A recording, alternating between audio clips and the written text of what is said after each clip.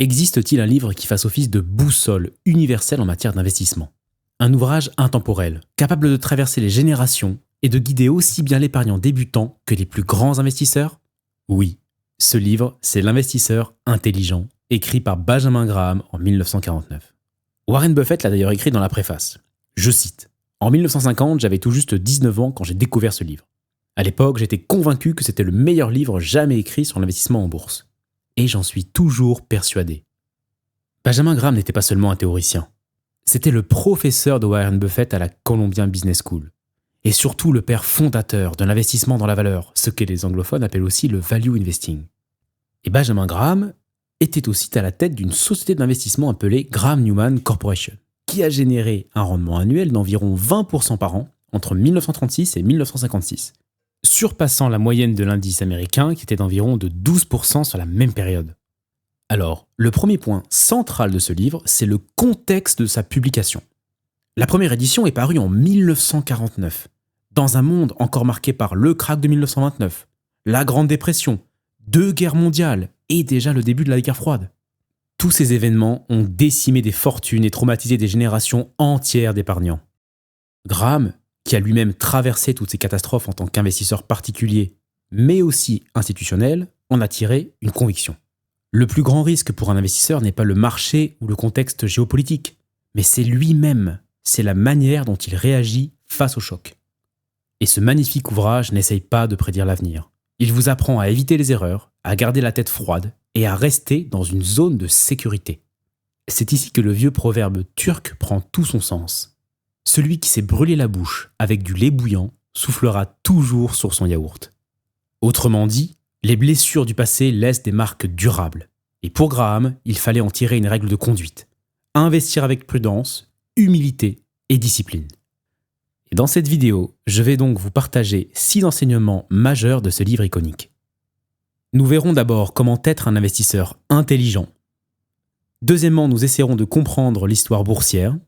Nous partirons ensuite à la rencontre de Monsieur le Marché. Quatrièmement, nous apprendrons la stratégie de l'investisseur passif, puis celle de l'investisseur actif.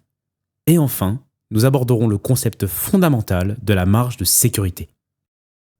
Attaquons tout de suite avec la définition de l'investisseur intelligent. Bon alors ça, beaucoup d'analystes ou de conseillers vous le répètent. Soyez un investisseur intelligent.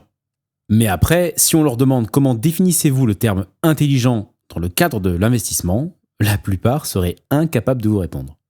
Selon Benjamin Graham, le terme intelligent veut tout simplement dire qu'il faut être à la fois patient, disposé à apprendre, être capable de dominer ses émotions et de penser par soi-même. Et comme il le dit, ce type d'intelligence est plus un trait de caractère qu'une aptitude intellectuelle. Laissez-moi vous donner un exemple. L'histoire du célèbre Sir Isaac Newton, que vous connaissez tous pour ses lois de la physique. Mais est-ce que vous connaissez son investissement dans la Compagnie des Mers du Sud? Une société créée en Angleterre en 1711 avec une promesse alléchante. Obtenir le monopole du commerce avec l'Amérique du Sud espagnole, les fameuses mers du Sud. En 1720, la société propose un gigantesque plan de conversion de la dette publique anglaise. Les créanciers de l'État pouvaient échanger leurs obligations contre des actions de la Compagnie des Mers du Sud. Cela devait réduire la dette du Royaume-Uni et enrichir la société, qui promettait des bénéfices futurs extraordinaires. Résultat, une spéculation massive s'est déclenchée au printemps 1720.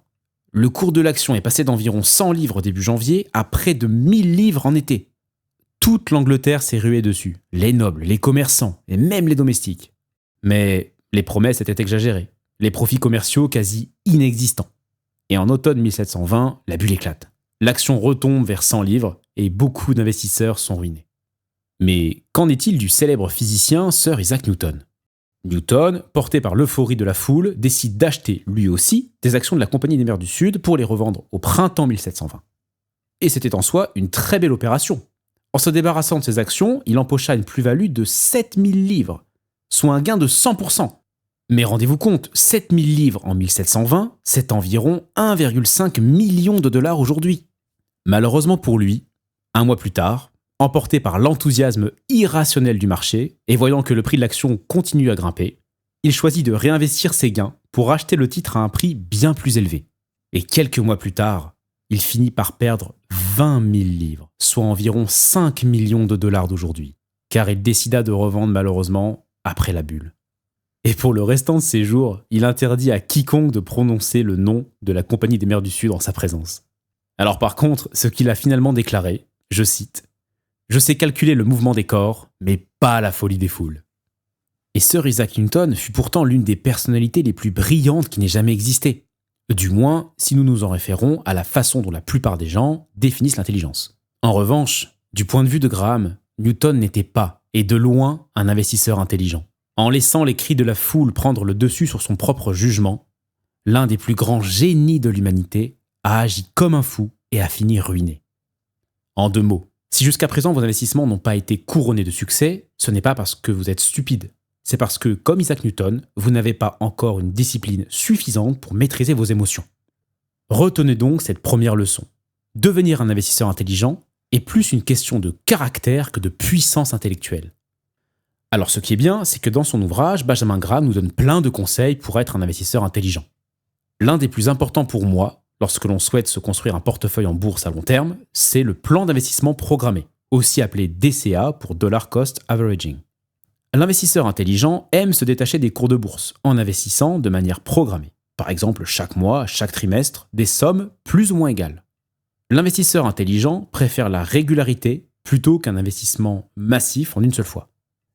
Et pour illustrer ce point, Benjamin Graham nous rappelle ce qui s'est passé en 1929. Si vous aviez investi 30 000 $ en actions du S&P 500 en septembre 1929, il vous aurait fallu attendre 25 ans pour revoir votre mise initiale de 30 000 $. A l'inverse, si au lieu d'investir d'un coup vos 30 000 $ en septembre 1929, vous auriez débuté avec la somme dérisoire de 100 $, pour investir ensuite 100 $ chaque mois pendant 25 ans, vous auriez terminé votre périple avec un portefeuille de 90 000 $, soit 3 fois plus. Donc vous l'avez compris, un investisseur intelligent n'est pas un spéculateur. C'est quelqu'un qui investit son capital dans une optique de long terme et qui apprend à ignorer ses émotions et celles du marché, en mettant en place notamment ce genre de processus.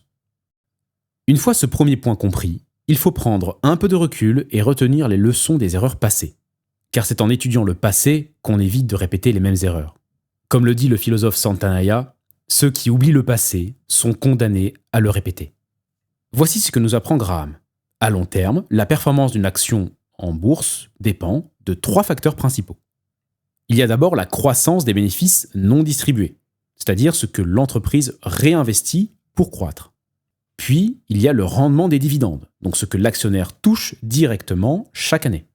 Et enfin, il y a le taux d'inflation, c'est-à-dire la hausse générale des prix, ou plutôt la baisse de la valeur de la monnaie, qui finit par se refléter dans les revenus et les actifs des entreprises. Et historiquement, sur une très longue période, Graham a remarqué que le taux de croissance des bénéfices était d'environ 2%, le rendement des dividendes également de 2%, et le taux d'inflation proche de 2% aussi. Ce qui signifie donc qu'à très long terme, un investisseur peut raisonnablement attendre une performance moyenne de 6% par an. Et ce chiffre de 6%, c'est déjà excellent si on laisse travailler le capital pendant des décennies pour laisser les intérêts se composer. Mais à ces 3 facteurs, on peut ajouter un 4e élément, plus imprévisible, le facteur spéculatif. C'est lui qui fait varier le niveau de valorisation des entreprises. Autrement dit, combien les investisseurs sont prêts à payer pour 1 euro de bénéfice. Et c'est ce dernier facteur spéculatif qui conditionne le PER de nos sociétés. Heureusement pour nous, un élément peut nous aider à comprendre le passé. Un économiste moderne, Robert Shiller, prix Nobel et professeur à Yale, a développé le concept du Shiller PE.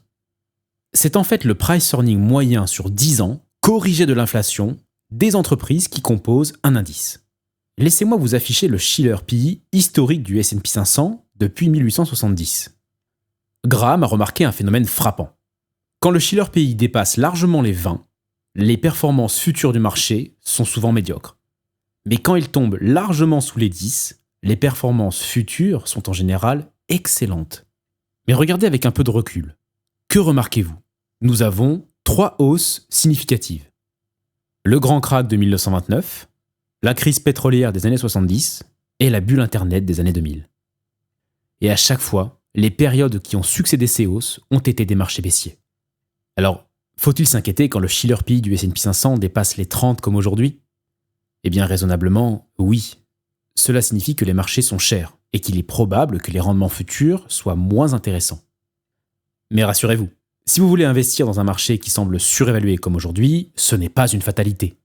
Car dans les prochains chapitres de cette vidéo, nous allons voir ensemble les stratégies qui vous permettront d'investir intelligemment, en tout temps, et quelles que soient les conditions de marché. Mais à ce stade, la leçon la plus importante est la suivante. La seule certitude en matière de prévision boursière, c'est que vous avez toutes les chances de vous tromper. Le futur nous surprendra toujours. Restons donc modestes dans nos prévisions et raisonnables dans nos objectifs. Si vous visez 6% par an à long terme, c'est déjà un objectif solide et atteignable. Pour décrire les mouvements irrationnels de la bourse, Benjamin Graham invente une petite parabole. Il personnifie le marché en un personnage fictif qu'il appelle Monsieur le Marché, ou Mr. Market en anglais. Pour mieux comprendre, reprenons notre exemple favori, la société Ecopoir, dirigée par notre ami Maurice, producteur de poires Guyot. Imaginons que Maurice est cette fois-ci un associé dans la société Ecopoir. Cet associé s'appelle Mr. Market. Et tous deux possèdent chacun 1 000 $ de part dans l'entreprise. Mais Mr. Market a un comportement, disons, très instable. Chaque jour, il vient voir Maurice pour lui proposer un prix d'achat ou de vente de sa participation. Un jour, il est convaincu que les ventes de Ecopoir vont exploser dans les prochaines années. Et il propose d'acheter la part de Maurice à 3 000 $. Et puis le lendemain, il est complètement déprimé, car les chiffres du mois sont légèrement décevants, et propose donc à Maurice de vendre sa part à 100 $. La valeur d'Ecopoir n'a évidemment pas changé du jour au lendemain. Mais Mr. Market, lui, est gouverné par ses émotions. Si Maurice est un investisseur intelligent, il ne va pas se laisser influencer par la bipolarité de son partenaire d'affaires. Au contraire, il va ignorer Mr. Market quand ses prix sont absurdes et profiter de ces moments de dépression pour acheter à bon compte. Le rôle de Mr. Market n'est pas de vous dire combien vaut votre entreprise, mais de vous offrir une opportunité quand cela vous arrange. Alors, Maurice n'a pas envie qu'un déséquilibré mental comme Mr. Market passe le voir tous les jours, chaque semaine, chaque mois, chaque année pour lui dire quel est le prix de sa participation dans Ecopoir. Mais il ne doit pas non plus l'ignorer totalement. Mr. Market est utile uniquement si ses propositions servent vos intérêts. Quand il vous offre ses parts à prix décoté, c'est une opportunité. Sinon, laissez-le parler et ne faites rien. Voici la leçon de Benjamin Graham. Être investisseur, c'est accepter d'être immobile la plupart du temps. Il dit même que parler d'investissement à long terme est un pléonasme. Parce que pour lui, la seule forme d'investissement véritable, c'est l'investissement à long terme. Quiconque n'est pas capable de conserver ses actions plusieurs mois, voire plusieurs années, ne fait pas de l'investissement. Il fait de la spéculation. Et il finira probablement perdant. Dans son ouvrage, Benjamin Graham distingue 2 types d'investisseurs. L'investisseur actif et l'investisseur passif. En vérité, ce qui différencie les deux, ce n'est pas le risque qu'ils sont prêts à supporter, mais plutôt la qualité et la quantité de travail qu'ils sont prêts à déployer pour la gestion de leurs investissements. Et oui, selon Graham, la rentabilité espérée ne dépend pas du tout du risque sous-jacent, mais plutôt du temps et de l'énergie que nous sommes prêts à consacrer à nos investissements. La performance minimale, c'est-à-dire le temps minimal à consacrer à ces investissements, sera celle de l'investisseur passif, qui cherche à la fois la sécurité et la tranquillité. Et la rentabilité maximale sera celle réalisée par l'investisseur actif, qui sera prêt à mettre à profit son intelligence et ses aptitudes. Donc vous l'avez bien compris, le qualificatif passif ou actif dépend en fait de la capacité de l'investisseur à consacrer temps et énergie à la gestion de son portefeuille, et pas du tout à la tolérance au risque. Voyons d'abord comment est-ce que l'investisseur passif doit construire son portefeuille. L'investisseur passif devrait répartir son capital entre actions et obligations de première catégorie. L'allocation standard recommandée par Graham serait 50-50. Mais en vérité, cette pondération dépend beaucoup du profil de chacun. La simple règle est que l'investisseur passif ne doit jamais placer moins de 25%, ni plus de 75% de ses capitaux dans l'une ou l'autre des 2 classes d'actifs. En fait, de manière générale, la pondération entre actions et obligations dépend de la volatilité et de la performance que vous voulez offrir à votre portefeuille. Plus vous êtes pondéré en actions, meilleure sera votre performance, mais plus haute sera votre volatilité. A l'inverse, plus votre part d'obligation est importante, plus faible sera votre performance et votre volatilité. Alors ce qui est très surprenant dans sa présentation de l'allocation entre actions et obligations, c'est qu'à aucun moment, Benjamin Graham n'évoque l'âge de l'investisseur. Graham est en fait complètement à contre-courant des idées reçues qui tiennent pour acquis le fait que le risque que peut assumer un investisseur dépend avant tout de son âge.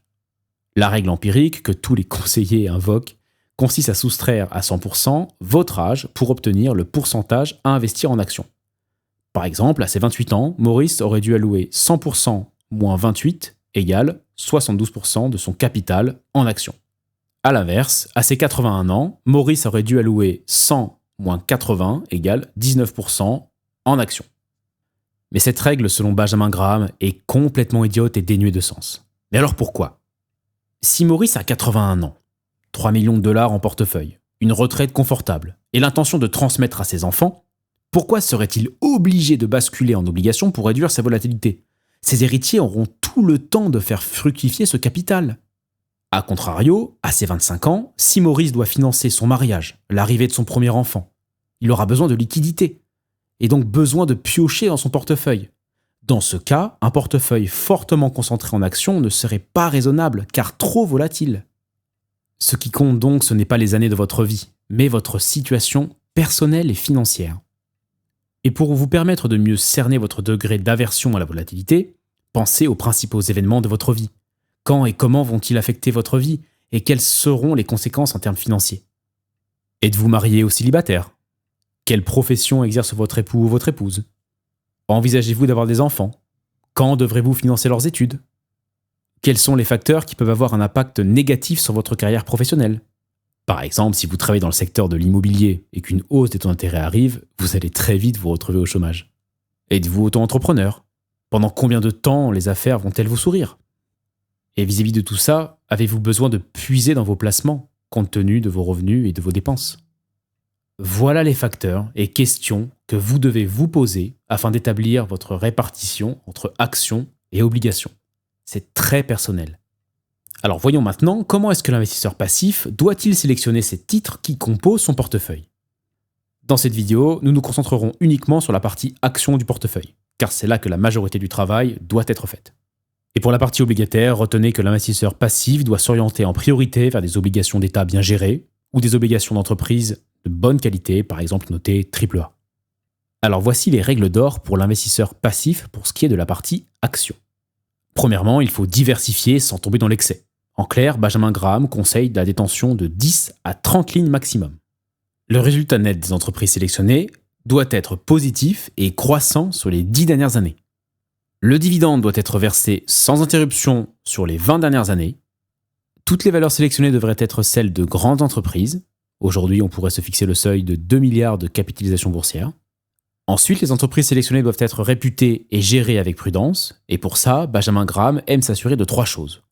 La valeur comptable des capitaux propres doit être supérieure à 0,5 fois la dette. Le current ratio, c'est-à-dire l'actif circulant divisé par le passif circulant, doit être supérieur à 2. Et les dettes long terme doivent être inférieures au fonds de roulement net, qui est égal à la différence entre l'actif circulant et le passif circulant. Ensuite, le bénéfice net par action doit avoir progressé d'un tiers, donc à savoir 33% sur les 10 dernières années. Le cours de l'action doit être valorisé à un price earning inférieur à 15, en calculant le multiple à partir du bénéfice net moyen des 3 dernières années. Le price to book ratio, c'est-à-dire le rapport entre la capitalisation boursière et la valeur nette comptable des capitaux propres, doit être inférieur à 1,5. Et enfin, comme un price earning inférieur à 15 peut aussi justifier un price to book ratio plus élevé et inversement, Graham aime également s'assurer que le produit PER fois price to book ratio est inférieur à 22,5. Alors ce qui est amusant, c'est que tout comme Peter Lynch, Benjamin Graham recommande également d'investir dans ce que nous connaissons. Si vous allez chaque jour au Starbucks ou acheter chaque nouvel iPhone, pourquoi ne pas envisager d'investir dans ces sociétés ? Je vous renvoie d'ailleurs vers ma vidéo sur le livre « Et si vous en saviez assez pour gagner en bourse » de Peter Lynch, si vous souhaitez en savoir un peu plus à ce sujet. Mais attention, Benjamin Graham insiste sur un point très important. Ce n'est pas parce que l'on connaît très bien le produit d'une entreprise dans laquelle on investit que l'on doit oublier l'analyse financière présentée précédemment. En fait, Benjamin Graham a remarqué que nous sommes beaucoup trop complaisants avec ce qui nous est familier. Et la familiarité avec un titre transforme l'investisseur passif en un investisseur paresseux, qui trouve inutile de réfléchir. Veillez donc à ne surtout pas tomber dans ce piège. Et bien évidemment, ces critères quantitatifs ne vous exonèrent pas d'une lecture approfondie des rapports annuels de l'entreprise. Et Graham nous recommande d'ailleurs de lire le rapport annuel de l'entreprise à l'envers, c'est-à-dire de la dernière page à la première page. Parce que quand une entreprise essaie de cacher quelque chose, elle le met toujours à la fin. Voilà pourquoi il faut commencer par là. Voyons maintenant la stratégie de l'investisseur actif, celui qui choisit de consacrer beaucoup de temps et d'efforts pour dégager une performance supérieure à la moyenne. Alors déjà, pour ce qui est de la répartition entre actions et obligations, c'est exactement la même chose que l'investisseur passif. L'investisseur actif doit cependant être prêt à aller vers des actifs un peu plus exotiques quand c'est justifié. Il pourra s'orienter vers des actions et des obligations de seconde catégorie.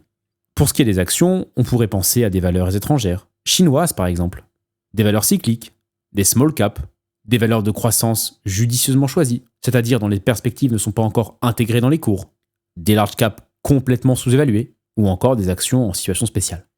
Alors en fait, les critères de sélection sont assez proches de ceux suggérés à l'investisseur passif, mais ils sont finalement moins sévères. Les voici. Le résultat net des entreprises sélectionnées doit être positif et croissant sur les 5 dernières années. Le dividende doit être versé sans interruption sur la dernière année. Pas besoin de se fixer un seuil pour la taille de l'entreprise, car l'investisseur actif pourra, s'il le souhaite, sélectionner des plus petites capitalisations, des small caps donc.